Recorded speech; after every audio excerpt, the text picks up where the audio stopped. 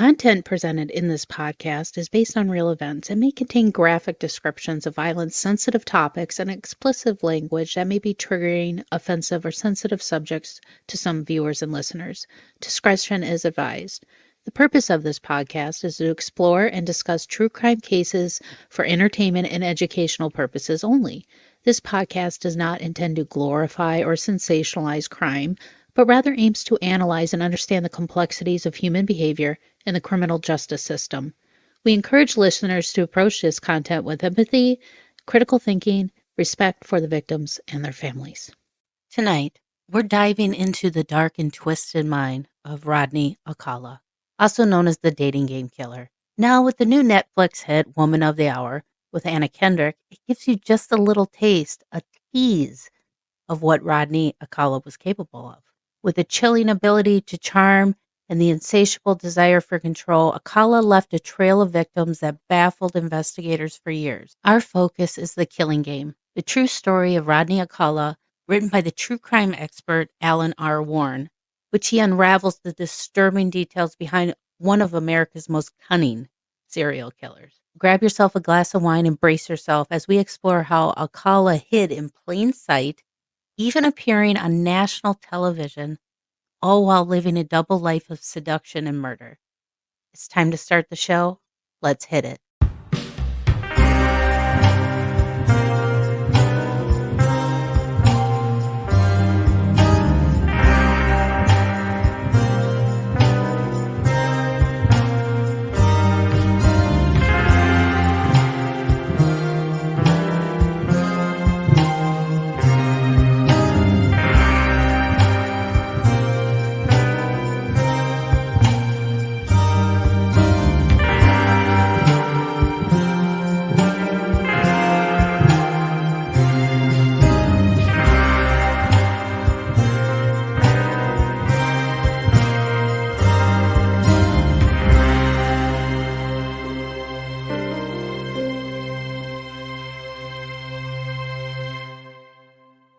Hi, I'm Winnie Schrader, and welcome to another episode of Mysteries, Mayhem, and Merlot. Well, last week when we had Matt Murphy on, we kind of touched on the new Netflix movie, The Woman of the Hour, starring Anna Kendrick and Daniel Zavato. And it's about Rodney Alcala, who was a serial killer on the dating game. And the movie, I liked the movie. It almost felt like a teaser. And I was like, well, I want to know more about this Rodney guy. So I looked up, I'm like, who can I get on that wrote a book about it? And of course, my illustrious friend Alan R. Warren, of course, wrote a book about it. So I asked him to come on and kind of delve in more of the psyche of Rodney Alcala and what he did to these women and go more into depth, because the movie, that's just like a teaser. That it has, this guy was brutal. Welcome to the show, Alan. Well, hey, good to be here. Okay, so the reason why I wanted you, because I have followed your books and your careers. You've been on my husband's show when he was doing the true crime quite a bit, and so I've always loved your style of research and how you write these crime stories. And so that's why I really wanted you on, because you have you're not very just technical, you give emotion in your books. And when I read them, I'm like, wow, I'm really feeling like I'm part of this case. So that's why I really wanted you on the show. So now with Rodney, when did this all start with him? Like, what is his background? This guy seems like he's been kind of dodging and doing what he's been doing for like many more years before this whole dating game thing even happened. Well, to start with him, when he was in school, he wasn't a bad person. He didn't do any of this stuff in school. He was a good student and had lots of girlfriends, lots of friends. He was popular. He did well. We couldn't find any sort of history of him doing anything crazy like he was through the dating game or being off like that. Really? So his early age, he was really good. He wasn't strange at all. Really? And Yeah. so, like, he had no abuse or, like, what would No, cause a kid no. to all of a sudden go Well, on you pill? know, he wasn't, he had actually, his parents were quite good. His grandmother lived with Aw, them. They had a good life. His family was all pretty good. Um, and the first thing that I found that was kind of had an effect on him mhm, was when his grandmother was diagnosed with a cancer, and was going to not make it. Like, this was not a survivable diagnosis. okay, So they went back to Mexico, where his family came from originally, because she wanted to die in her original home, in her original mhm, place and setting, and around her family and stuff like that. So the whole family went back down to Mexico, and they picked up life there. And him and his siblings went to a Catholic school there. So it was a decent school. It wasn't just so they continued life as normal. But that's okay, got to have changed his life a little, because you go to Mexico, from yeah, being, and all that. So that was the first change. But the next one that happened probably had more of an effect was, during that time before grandma passed, his father upped and moved back to the States by himself without okay, his mother or siblings. He just basically went back to the US and left all the kids and wife back with grandma. And so, what had happened was the parents had split up, but they didn't want to tell the kids or anybody. So they didn't tell them that. They just thought dad was going back to make money in California, and that was that. So they didn't really think anything of it until grandma passed. And once she passed, everybody wanted to go back to the States, of course. okay, So the mother moved back, but she didn't move in with the father. She got her own place, and the kids came with her. So that was the first okay, clue. And then the kids started realizing that their parents were no longer together. And so okay, I think that was the first bump in the road, so to speak, causing an issue with the family itself. But he still did well at school. He finished, he graduated, everything was fine. He didn't have any there was no registered problems. Like, he never had any problems finishing school and with friends or any. Everybody talks well about him. So that was mhm. fine. He joined the military Oh, okay, because he wanted to be a paratrooper. It was kind of okay. something in his mind, right? That that's what I want to be. I don't know, maybe like GI Joe. So so he joined that, and they sent him back east, and he was working in the military, like he was working in stock rooms and in different Mhm, job capacities, learning paratroopers thing. During that time, his father died, and so he oh, flew back. They did the funeral, and of course everyone's upset. It's bad, it's depressing. The whole funeral thing went well as a funeral could go, of course. And then, mhm. after that was all said and done, dad's buried. He flew back and went back to the military, and everything, life continued on. And this is where the first bizarre thing happened. What Okay, happened was, his mother was home cooking dinner, okay, right, for the other kids and everything. And all of a sudden, who comes in the back door is Rodney. And she's like, okay. "What? What? Yeah." She's like, "What are you doing here? That you're back in you're supposed to be in military. You're in military Yeah. school." And he's like, no, I just left." And she said, "What do you He mean?" went AWOL? "Yeah, he just walked out, upped and left, took his bag and left." She goes, "You can't do Uh-oh. that. You can't, you're No. going to be wanted. You're going to be in trouble and all that stuff." So the next day, she took him into the local military. I think it was an army branch, and said that, "My Mhm. son left," and she sort of said, "His father died, funeral, he went back, and then he came back home. I don't know what's going on." So they took him, and they analyzed him, Okay. and they said that he had an issue, like a couple of issues, actually. They weren't heavy duty You know, they weren't like you're mentally disabled type thing. We're Yeah. talking about some social anxiety, and they had a list of things, and you need some treatment. So Okay. he got to take some time off and go on some meds and see a counselor, you know, that sort of thing. And that, so Okay. that's really the first kind of weird thing that happened in a pretty good life up till then. Do you know what I'm saying? So Okay.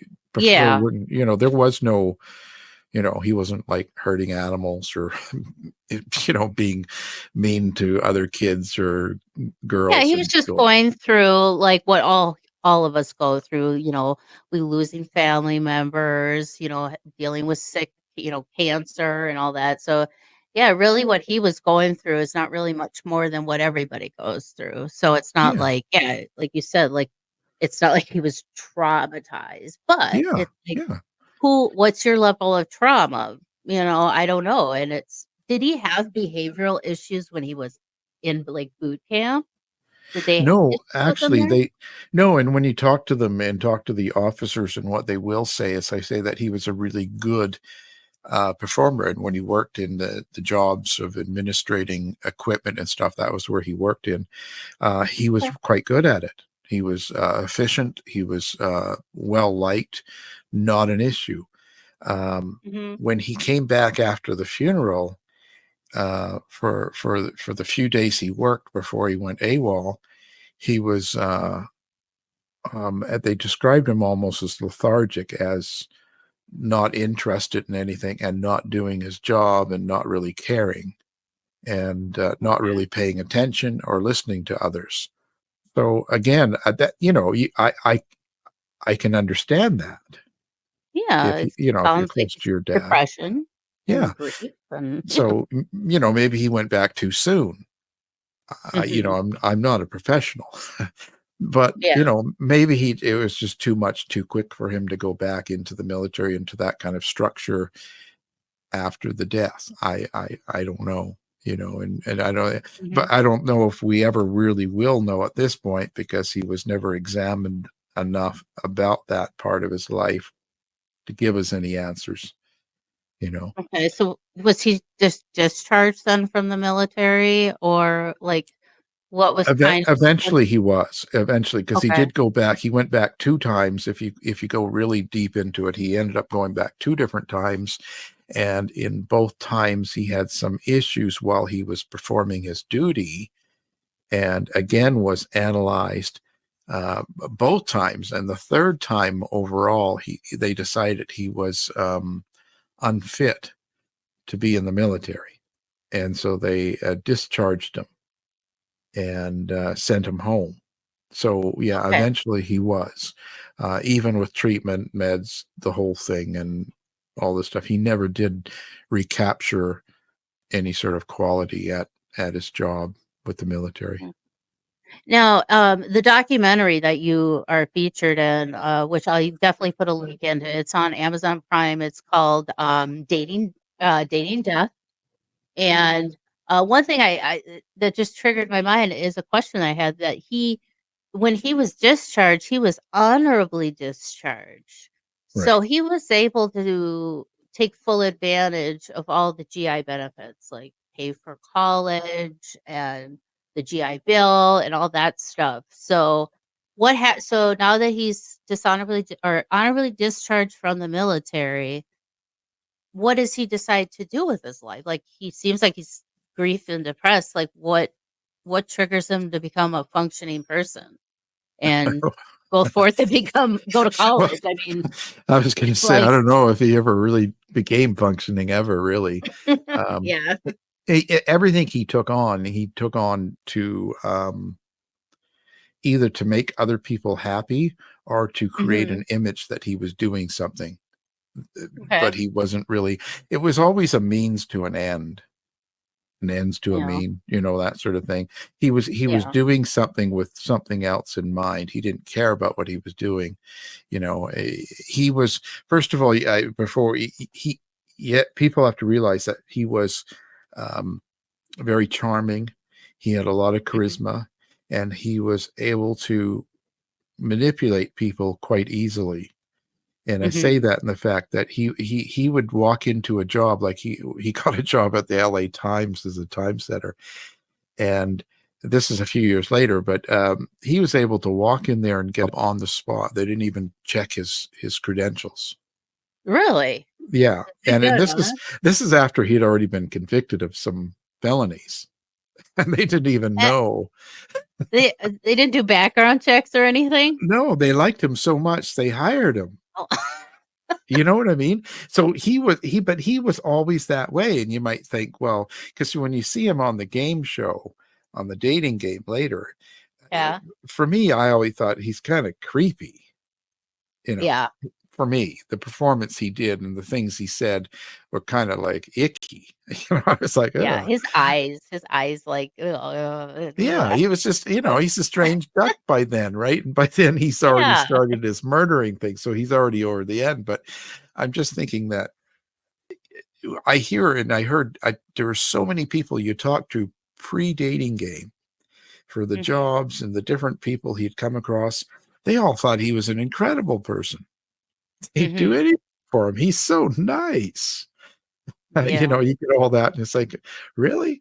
On the dating game, he's just a creep. So I don't. I was really confused with that because it's all within a few years. Like, Well, and watching clips, it's almost like he was a chameleon. He would adapt to his environment. So it's like that's how he learned how to manipulate people so well. So like in certain settings, he just knew how to act. And I don't totally, that totally. I don't even that doesn't even sound like it's a human trait. Well, the thing You is, know what I mean? well, this is sort of what I mean, and the manipulation and what he did, the adaptation that he had to do to get into each little thing. Like, Yeah. he went to New York for a while and he was doing stuff. He adapted his whole life. So, in general, his MO was to go for younger girls. Hmm. Um, we're talking ages 6 to 13. it, Mm. it was really his prime. That was his focus. But when he was in New York, he wanted to continue his murder thing. He couldn't. I guess it was an addiction, a need to do what he did. Yeah. So what he did was, when we talk adapting, he adapted himself to the 44 caliber killer who was a big killer in New York at the time. So he killed the same victims that the 44 caliber killer killed. They were older. Like, he would select, so the police and the investigation, when the girls start going missing, they just assumed it was the same serial killer. They didn't think there was another guy trying to do that. Hmm. So that's what I mean by, so he adapted. He thought, well, what can I do to feel his urge, his need? So he would just see what's going on in the city and do the same type, have the same type of victim as Yeah. was popular. Yeah, and I just watched the movie Maxine, which that's exactly what you're talking about. It's talking about the Night Stalker, and how the movie premise is this woman who has worked in the adult film industry and stripper and stuff. She's Yeah. trying to be an actress. Yeah. And like, there's a serial killer following her, and it's almost like, is this the Night Stalker? And then all of a sudden you find out, no, Night Stalker, that wasn't the Night Stalker. It was ended up, well, I can't say, Yeah. but yeah, so that parallel, I like it when they do that. And so it kind of just shows like the grasp of serial killers just grew and grew and grew from the 60s to the 80s. Right. And Yeah. Yeah. to watch some of these serial killers, like, yeah, they were trying to hide their killings behind other killings or doing it the same way. So police were screwed up and jumbled. So so he started doing that. He was Now, doing that even in California, the Hillside Strangler. He actually, a couple of his victims were put in with that too. They didn't realize oh my until God. later that two of his victims were actually not Hillside Stranglers. They were his victims, that he made it look like Hillside Stranglers, like even leaving the body in the same location with the same kind of wounds. So he was very, adaptable is a great word. He would very much take in the atmosphere, understand what he needed to do to accomplish his goals of murdering, and he just slid right in and did it the way he needed to do it in order to get away with it. So he was, I know Matt Murphy, some of the people say he had a genius IQ. I don't know that he really had a genius IQ. I think that he had a great perception. He was able to read the room incredible. Right. This was the same as in the city and his job. Everywhere he went, he could read the room, understand what people wanted, needed, and fill that in order to get his, win, so to speak. Crazy, Yeah. crazy. Yeah. And so when his whole like his career path, I guess he chose photography, is that correct? That was kind of his Yeah. thing. Photography was and that was his angle. That was something he was fairly Okay. good at. He was really good at it and very believable. And, he would show his photos at the LA Times, different places, and went to school in New York and was led into, that famous director, had Roman Polanski. yeah, Polanski's thing. So he Yeah. was accepted. You gotta think like 300 people applied, and he only got 25. The top 25 were like, he was one of them. So he was very good at it. Yeah. But again, how much did he really care about it? Because he used that. That was his way of getting his victims. Is his photography. Right. Right. Yeah. He was that guy. Oh, you're beautiful. I mean, you want to Yeah, be my subject? I'll take some pictures of the model. yeah, and it's fun. It's funny. It's not funny, but it's funny for me in the sense that I remember being young in the '60s, and you hear the story. It was kind of the joke. Oh, you're beautiful. I'll take your picture, and then the guy takes advantage of the person he's taking the picture of. You know what I mean? That was kind of a thing that even I knew as a 6-year-old kid in the '60s. But he was the Right. guy that was doing it. He was the originator of it. He started this whole thing. That's so And he, icky. yeah, it's just so gross. But he would go up to people with all sorts of things. Like he approached the two girls on the beach and said, "Listen, you guys could win a contest." So he didn't just go out and go, "Wow, you're beautiful and you could be a model on that." He would go, I've there's this contest going on for whatever, LA Times, and it's like $250 each. It's a lot of money back then. And you would win easily. I'll take your pictures. I'll put it in, and and then I'll get the credit and all. So he really had his thing down. It was very believable. It wasn't just the old icky, "Hey babe, let me take your Yeah. picture and I'll get you in a movie," that sort of thing. Yeah. He actually had a real story that was very Very plausible. It was, scripted. Yeah. yeah, yeah. It was like, and you'd believe it. You'd be like, maybe a 12-year-old on the beach with your friend, and he's like, "Hey, you could win $250," and you're like, "Wow, that's a lot." And it's just a contest for a paper, and you don't feel threatened, Mm-hmm. So Well, yeah. now with now in your book, The Killing Game, how detailed do you go into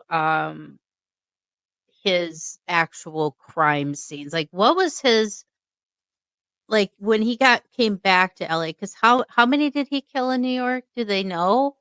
Well, Like, we don't know at this point. I think Mhm. he was convicted of 2 of them, but we Okay. believe there was a third, and there's probably more. It's one of Okay. those things that this is really terrible to say, but at this point, they find, they have victims that we don't really know, and they have to go run DNA and tests. And if they find some of his around the scene, then they have to retry that case or try it, and it's too expensive, so they don't. Oh Okay. God. So it's Mhm. kind of one of those, it's too past. He's already dead. And it's kind of one of those, do they Yeah. do it or don't? And a lot of times they don't. So Yeah. that's kind of the scenario there. But DNA was found with a lot of victims that he was never convicted of since then, because it's just too time consuming and too much money. And I guess that's as tacky as that sounds. But 2 of them for sure that he murdered out of New York. Yeah. Wow. Gosh. And then, okay, so he comes back to LA. So what we're going to do, we're going to take a quick break, but when we come back, we're going to kind of see what starts happening when he's back in LA, leading up to the dating game and his final, like how he got caught, basically. I mean, and man, he had some survivors. Not everybody died at the hands of Rodney Alcala. So we're going to take a quick break. We'll come back with Alan Arwara with his book, The Killing Game. Those of you naysayers, I want you to know how much I appreciate how many of you grabbed a hold of my small package after last week's show. It is out and available. You can get both of my books, The Other Side, A Guide to the Paranormal and Ghost Hunting, and my brand new book, Theater of the Mind, Tales from the Darkness. Both books are out. One, of course, kind of a how-to ghost hunt book, and the other story book of strange supernatural occurrences all around the world. You can get your hand on my small package by just ordering it right off of my website. You can go right to paranormal60.com, scroll down on the front page there, or go to the shop and scroll down and you'll see our book bundle. And I was so humbled by the fact of how many men put their hands on my small package at the end of last week's show and bought it. It was great. It made me feel loved and wanted. I'm not going to lie. Do you know that radio just got a little extraterrestrial? That's right, Dave Schrader is back on radio with the Paranormal 360 every Sunday evening, 7 to 9 p.m. Central on WCCO AM 830, an Odyssey station. Just download the Odyssey app and look for the WCCO logo, follow the station, and listen live. That's the Paranormal 360 on WCCO AM 830, an Odyssey station. Hi, and we're back. We have Alan R. Warren with his book, The Killing Game. It's talking about Rodney Alcala, the dating game murderer or serial killer, whatever you want to call him. So we were kind of, before the break, we kind of wanted to talk about some of like his victims, his first victims. Some have survived some of his attacks. So I kind of want to go down that and leading up to him being on the dating game, what led up to that, and then eventually him getting caught. So, Alan, his first victim, they believe it was in 1968. And like you said earlier, he had two types of victims. It seems like he had a softer, younger side. And then it almost seemed like he had this, darker side with older women and women that can actually really fight back and piss him off, or that's almost like what it seemed like. So is that with his first victim, what kind of victim did he start with this type of killings? Well, the first victim that we know about is the Tally Shapiro, and that was, like you said, 1968, and she was walking home from school. It was one of those, and it was late September, and if I remember right, her parents, they were living in a hotel. And the reason they were doing that was because their house had burned down. So they were in a location that they didn't really, they weren't real familiar with. And so on her way home, she was walking. Rodney Alcala saw her, and he pulled up and offered her a ride. And she got in. And now, before people jump on it and say, well, back then in the 60s, that was not unusual for people to hitchhike or get a ride. No. And it wasn't considered the same danger that we know about now. Do you know what I'm saying? Like, so yeah, it wasn't like she was doing stranger anything wrong. Danger. Yeah, it wasn't a thing. It just wasn't a thing. So he was a nice guy, and he's going to give her a ride home. Okay. Right. And so she got in, and I guess on his way there, he said, "Oh, I have to pick up something in my apartment." And so then he stopped by to where he was staying, and wanted her to come in. And I forget, he was going to offer her something, some sort of candy or something to make her want to come in. And I know that she wasn't really feeling like going in with him, but he kind of forced her to go in. into his apartment. So, but what had happened was a guy, an innocent bystander, so to speak, someone that had nothing to do with the situation, had seen this going on and called the police from a payphone. I know that was back when they had payphones. And Wow. and so Well, the no, police. it just what makes me think of it is like now people would just record it on their cell phones and not call. This guy went to a payphone, Yeah, put money in a payphone, dialed 911, called and said, "I'm seeing something and I'm reporting this." People yeah. don't do that now. They just No, and I thought that was really kind of cool in a sense, because yeah. this guy's all of a sudden going and calling the police, and nowadays you'd film it and put it on Facebook, and I Right? and say something rude. I don't know, but anyway, so and the detectives came to his place, and that Camacho was the detective that's still alive and was doing a lot of shows, Chris Camacho, and he so they went to the door, and Rodney was attacking her, and I guess he wouldn't answer the door, and eventually he did unlock the door, and they forced their way in, and he got away because, as Camacho said, that the Tally was laying on the floor. It looked like she was dead, but then she made a big noise, like a grunting noise, which made both cops run to her to see if they could save her and see what she's still alive. He slipped out the back. So he did get away from that scene, so to speak, at that time. He did get caught later.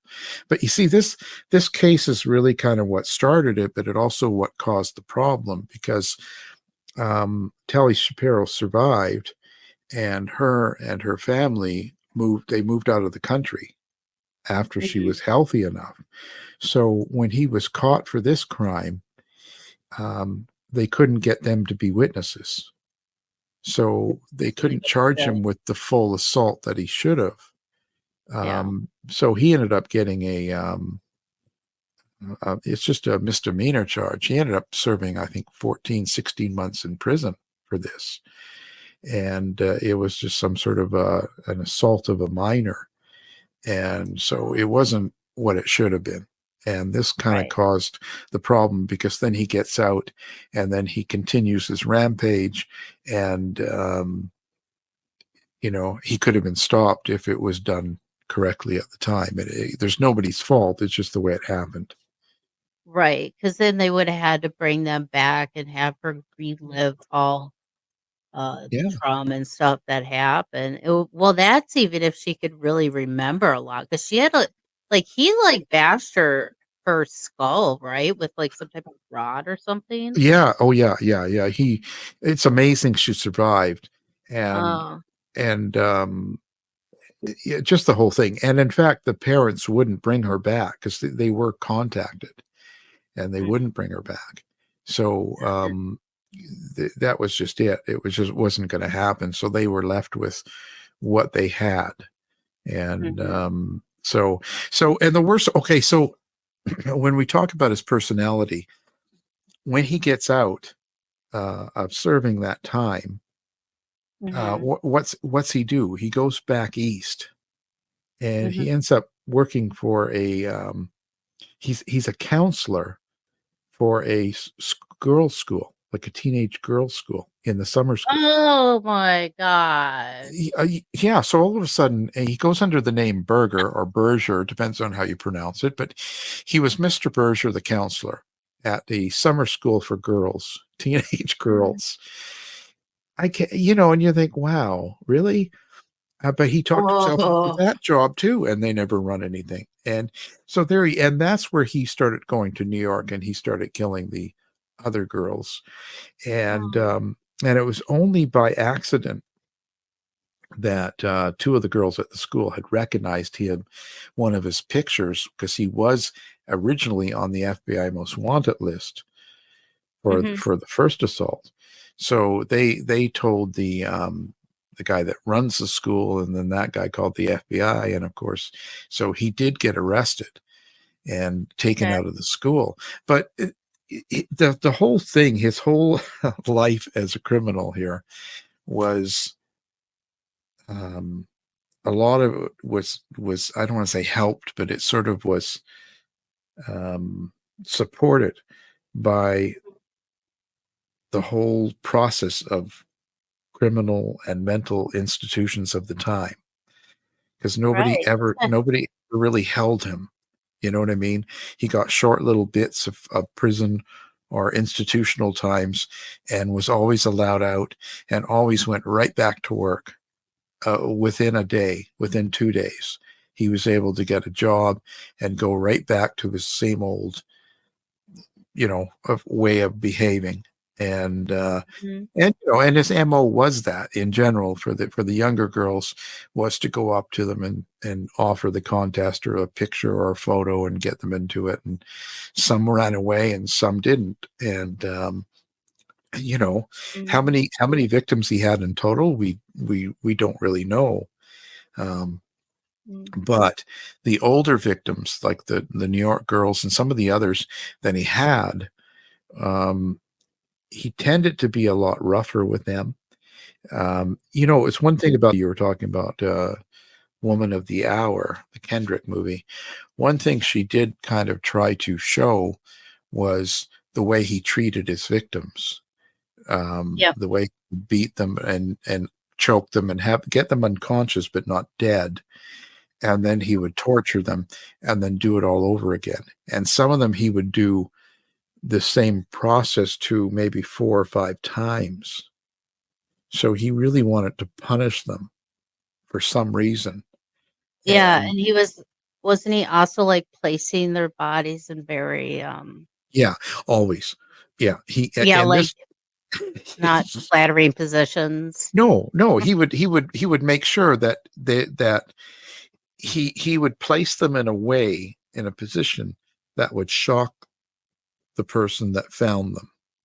So like the one woman that was in the laundry room downstairs, he'd stripped her and had her bent over on kind of her knees, laying backwards with her private parts, aimed right at the person that walked in the door, and she had her right hand pointing at it.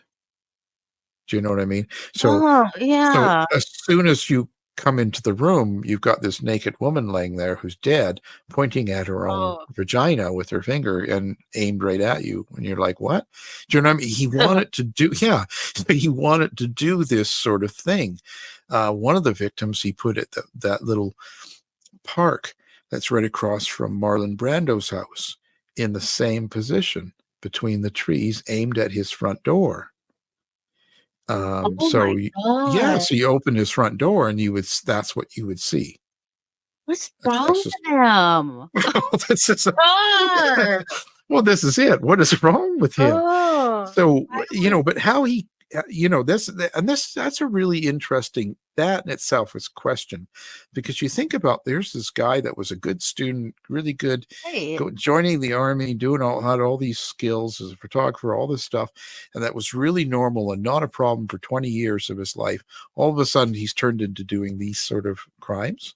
Why? Yeah, that doesn't make sense. Exactly. Is there something? Has anybody been able to find like any type of no journals or anything? Nothing. And in fact, you remember one of the biggest problems, I think, from my point of view, in the criminal justice system in the US, Canada, UK, Australia, all that stuff is that a lot of these killers, from Charles Manson right up to Alcala to anybody like that, they get put in prison and they don't have to be examined. You know what I mean? We're in a place where how would we ever know why he did what he did? We make guesses. A lot of times it goes to, the mother was a drunk, or the father beat him, or it's all these things. Yeah. I don't believe that. That's not enough, because there's too many people in this country that had those same issues, and sometimes even worse than what, let's say, Alcala had a great young life, really.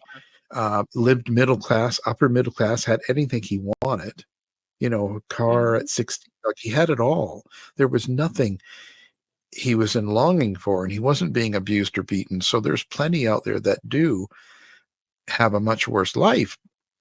And why don't they become murderers or killers? Right. Do you know? You Yeah. know what I'm saying? Yeah. What's different?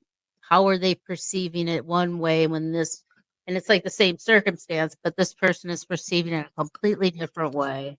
That's so Right. out of left field. You're like, like I mean, like who does that? And it's like, is there something that just happened to him, like a triggering moment You're right. that And caused him to just go that's right. scapegoat? And so Yeah. my opinion always gets me into trouble when I get on here and I'll say something like, well, they should just kill the people that like this. Why are we Mhm. keeping them alive? And then, people are, well, we don't do that. And it's like, okay, so let's say I agree that we live in a country where we don't want to kill these killers. We're going to put them in prison. But when we know that what they've done, like there's no question about the murders he's done, for instance. Why can't we have some sort of examination of these people, psychological?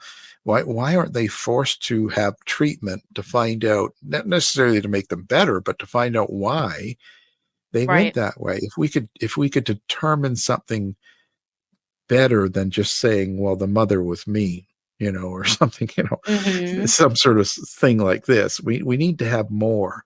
And I guess that's hoping for too much, but I always sort of think that, Yeah, and that's why I liked Mindhunter, because with yeah, John Douglas having the behavioral sciences department with the FBI, right, learning why these serial killers do what they do, because it's not normal human behavior. Are there triggering events? Is there some type of pattern going on? Like, okay, we're starting to see sexually abused children, gravitating to this type of criminal or, not normal behaviors, whether right. it's psychosis or whatnot. Um, Now Well, with here's one. Rodney, Maybe they're the normal ones, and the rest of us aren't. Maybe maybe, I don't maybe know. we need the treatment, and they're living the way humans are supposed to live, and we're not. Oh gosh. Well, I'll be an outsider. I don't I don't want to be normal. Gosh. Ooh, Yeah, living around, walking around like that. yeah. Not Oh, for and me. yeah. So you asked actually before the break. I know you were saying something about, well, how thorough or how detailed do I get? What I did do was I put the at the end of each chapter's, the murder, like when I have a Mhm. victim, what I did was, or in the chapter, I would put the autopsy, kind of the medical examiner or autopsy's report, so that you would understand how badly they had been, um, how do you say, treated, or how badly they had been abused, Yeah. even, and so what they had happened to them while they were alive still, and how they were left. Not so much that I wanted to get into detail, because it's kind of, especially when you're talking about there's victims that are still alive and people, Mhm. families that are still alive. It's just that you needed to know that, what the autopsy report said, like how badly damaged they were and what he had done. Because a lot of them, he had broken their bones, right? He cut their necks, he lacerated their skulls, he had broken their jaw, he had pierced the back of their neck with different things, as well as their vagina and different parts. So he did a lot of these things while they were still alive. Like he would, make Oh, them pass out, and then no. so I didn't go make it into a story, as in, oh, Yeah. he laid there and did this. What I did was I put, okay, here's the autopsy report at the end. Here's what actually happened to their bodies, and the marks and Mhm. the things that he did, and the injuries, and which ones were done while they were still alive, and which ones were done, after death. Because there Well, was, but yeah, most of them, postmortem. like, yeah, most of them, like the fractures where he would hit them in the head with it hit them in the skull with the hammer, and they would still be alive. And then when he gets them around again, then he would do something else to them. He would took a lot of it was taking their curling irons and putting it up their private parts while they were hot. And burning them. Yeah. And they were still alive. That's just flat out evil. Well, that's what I mean. So when you got this, that's what you'll expect in the chapters, but I don't do it just so you know. It's not like I'm describing it. Oh, he did this and that. Yeah. Here's the autopsy report. This is what happened. This is what was done before they died, after they died. It's important only because it's important to know of how badly he tortured these women. I mean, that's kind of the key. There's no rehabilitation. No, that's kind of what I mean. When you go through this and you kind of go, wow, this guy was just psychotic. He didn't care about what kind of damage he was doing to them and how it was. He wanted them to feel it too, because he didn't want to, he wanted to keep bringing them back, reviving them. I know. Do it again. Kill them, and it's almost like he had a God complex. Like, I can take your life and I can give it back. I can take your life, and I mean, what kind of torture? Oh my! It was terrible. That's what I mean. When you read the torture parts of what he had done while they were still alive with some of these victims, you're going to go, wow, oh my God, this is terrible. And the show didn't end then, because one of the smart things one of the detectives did was, when they were interviewing him at his house at one of these times, is he had spotted a locker room receipt, and so he wrote it down, because they didn't have a search, they weren't allowed to take it, and they searched for it, and it was in Seattle, and he had rented a storage locker in Seattle. And so when they got the search to go look at that, what they had done is they'd found hundreds of pictures of people that he had taken pictures of naked, or in a very, very, revealing, and doing different, poses. And they were boys and girls. Mm-hmm. It wasn't just girls. He had boys too. So he had all those things. And so that's what they eventually released. They put it on the FBI website saying, hey, do you know any of these people? Because the ones they couldn't identify, they wanted to know if they ended up being a victim. Right. Because, so they had posted, I think they had actually posted 130 of the photos. That's how many were not accounted for. So he was pretty out there. Pretty prolific as a serial killer, that's for sure. Yeah, and during this time, just so people know, he had a girlfriend. Oh God. I know. He actually had a girlfriend, and he would lie to her too, of course. He would tell her he's going to I'm flying to Dallas to check out a site to maybe open up a photo shop there in a mall. Okay, have a good trip. And he would go on a killing spree. He's really going out and doing some murdering here. It was nothing to do with going to find a photo shop. You know what I mean? So he had a girlfriend the whole time. It's incredible. And then the dating game. He hops on the dating game. And and then I was thinking, when you were telling me how he hops around and goes around, it kind of reminds me of Israel Keys.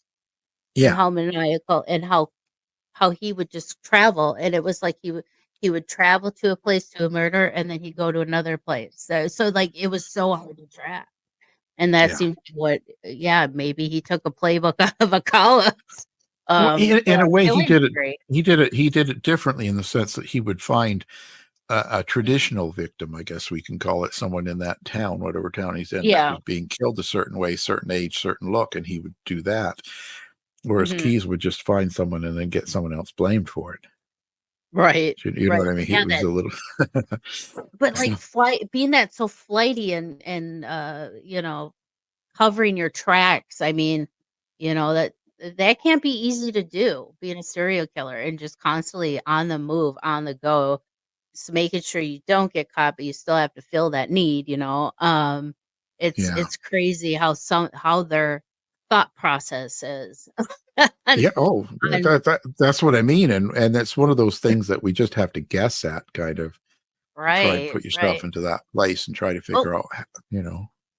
yes. Okay, so the dating game. How did okay, he gets on the dating game. And what was the contestant? What was the gal's name that was on the show at the time that Anna Cheryl Kendrick character? Cheryl Bradshaw was the Okay. contestant's name.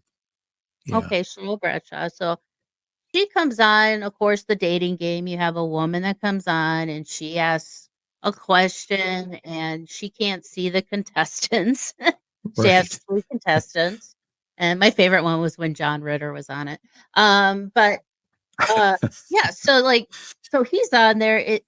Is he like shining and like standing out from the other guys, or was he kind of still timid and cool? Like what personality came out when he was on stage? Well, he actually acted fine for the time. And this is like fall of 78. So that, disco's in. He had high heel shoes, long hair. He had the look and all that, but she Mhm, doesn't get to see the look. And in the mhm, movie, they made it look like it was a really long, drawn out thing. And it's not, it's something that takes place and it's all over within like 2 hours type thing. So mhm. it's not Yeah. quite like that in the movie. And as well, I will say in the movie, um, they had her go out for a drink with him that night, and that Mhm. never happened. So Okay. that whole thing was no, it never happened.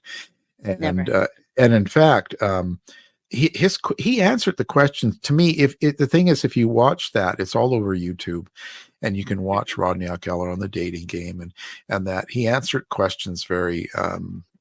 It's almost, I don't know, how do you say it? It's kind of gross, kind of cheesy, kind of sleazy. Smarmy. Yeah, Yep. it was A just car like, ooh, salesman. Ugh. yeah, I I can't. just I It's the just 70s. It's car yeah, salesman still. yeah, and I was like, ooh, that's just it, Yeah. And here we go. Bachelor number 1, Yes. what's your best time? The best time is at night, nighttime, Why do you say that? because that's the only time there is. The only time? What's wrong with morning, afternoon? Well, they're okay, but nighttime's when it really gets good. Then you're really ready. Bachelor number 1, you're a dirty old man. Take it. Come on, over here. Oh, honey, we ought to go out and boogie. Really? Photographer, say hello to Rodney Alcala. Rodney, come on and say hello. Congratulations, Rod. You did it with the one answer. Well, as far as I can see, Cheryl and At the time, that isn't the way people really thought about it. It isn't. Mhm. I mean, that's why he won, and they were all answering the same way. And when you watch other people, it was all very sexually innuendo, right? It was all very kind Mhm. of ooh, because that was kind of the, after you get out of the freedoms of the 60s and the 70s, everyone's kind of pushing the boundary a little. So Yeah. I don't think at the time it was too outrageous, but it certainly is looking back at it, you know. Yeah. Yeah, definitely. Because it's like, oh, that's But he was already, the funny thing is that was Chuck Barris. I don't know if you remember Chuck Barris. oh yeah, I know Chuck Berry. Yeah, the Gong Show. He had all these things. He's a big producer. He had the studios, and that's where this was filmed. This is one of many Mhm. of his game shows, and he was kind of that kind of guy too. Not he wasn't like a rapist and all that, but he was a Yeah. very. But it was a fun, one of the many fun shows and all that stuff. Like, so he just showed up and got on the game show. But by then he had already been a convicted rapist and a registered sex offender. Hmm. And But is that under his uh alias name that he's no, convicted or under under okay, this real name that, yeah. okay, so like him being a burger or Berger, or Yeah, however you whatever. want to say it. Yeah, depending on the day. No, I'll just say burger. I have no effort right now. Words is hard. Yeah. But yeah, so him He had, going around using that name, that gave him security and kind of a shield that people couldn't see the true killer that he was, because Rodney right. was nowhere to be found because he Right. was a different dude. So how did Yeah. he end up like getting caught? Like what happened? Well, it was kind that of brought on by the dating game from him being on it, Okay. because really what happened was they had questioned him for different cases throughout the time, and he was a suspect and all that. But what really brought him to the lead was one of the detectives at home. Was at home, and this repeat of this show came on, and it was Rodney Alcala, and it for some reason made him think to look at Alcala more thoroughly. So that was really the initiating of it, right? Okay. And so and Alcala had as you see in the movie, had attacked a girl, and this girl, they were out in a I want to say kind of a park overlooking a beach. It was kind of a beachy park. It wasn't really it's hard to explain. And so anyway, so they had he had assaulted her there, and done what he did. And when she woke up, because he had choked her into passing out, she had heard him crying. And so then instead of running or trying to fight him off, she pretended to like him and to be his friend. And so reverse psychology. Yeah, and it worked. And he actually, so he didn't kill her. And she even said, "Oh, I think it would be great if we were together," and made it like it could be a relationship, right? And so, and when they were driving, so they were driving down the hill, heading back toward the city, and they stopped for him to use the bathroom. I'm trying to remember. And so when they did, she had ran into a hotel across the way and told everyone she'd been attacked and the whole thing, and called the cops. And so they eventually caught him from that situation. So that's kind of like the really the thing that turned it for him, where when he did get arrested for that, that was the last time he was ever allowed out on his own. Sweet. Finally.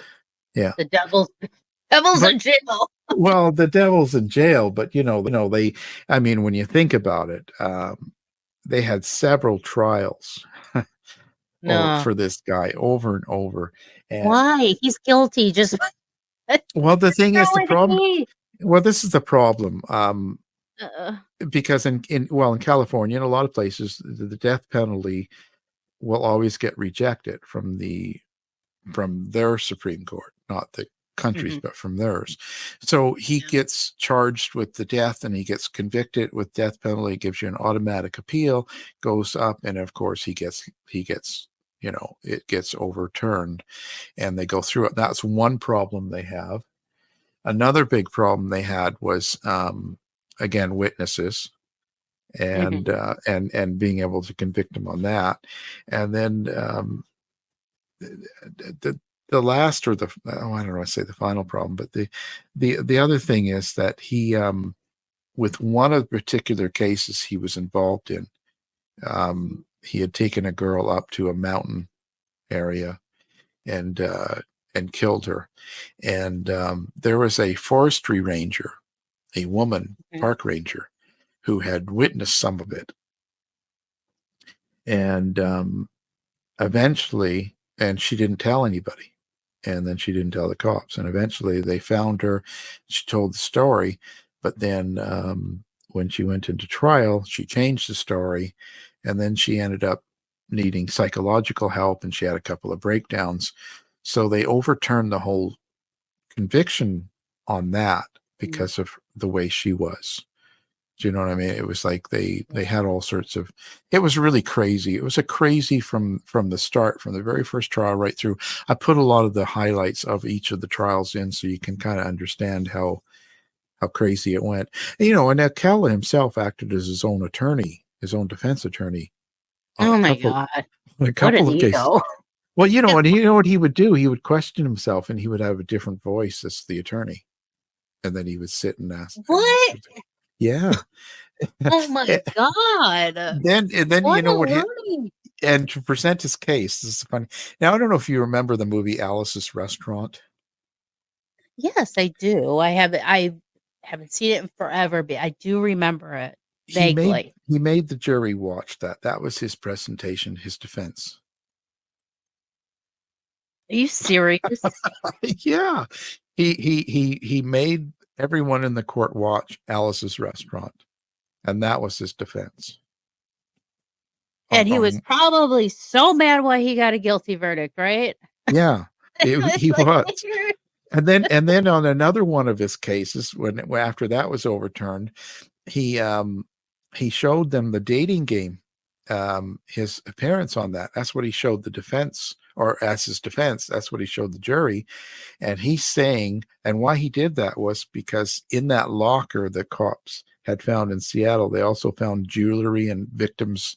They figured ones he had taken from his victims, and one pair of earrings belonged to. I'm not sure if it was Tally Shapiro or Samso, the other girl, Samso. And so she, her mother said, yeah, that was what I give my daughter. That's the earrings I give her. Right.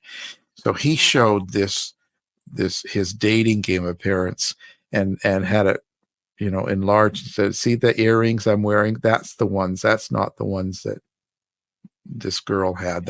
They're my earrings. Like things like that. He was absolutely crazy.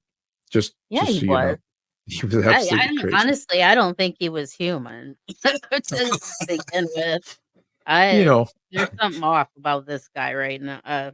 That's crazy. Okay, well, Alan, thank you so much. Oh my God, this has been a very fun and enlightening, and it's sad, and this really does shed a light on mental health. But The Killing Game, which is about the real Rodney Alcala, written by our guest here, Alan R. Warren. Now, Alan, you have a website, and that is www.alanrwarren.com. Is that correct? That's it.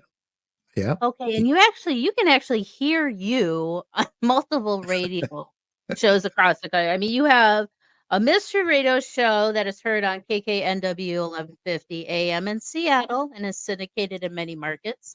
And you're also on 106.5 FM KCAA in Los Angeles and Riverside and Palm Springs in Utah at KYAH 540 AM in Salt Lake City and I get around. KNX at 11 AM Phoenix. Yeah, you get around in the radio world. I mean, you have an illustrious career. You've had many books.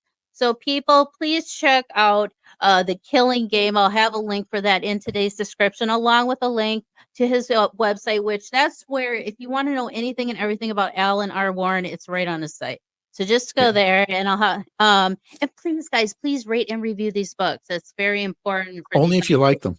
Yeah, only if you like them, please. Yeah, we don't, if you don't like the book, keep it to yourself. Yeah. It's okay. But just don't like it. I urge, or hey, you don't even have to write something. It's just a 5-star, whatever.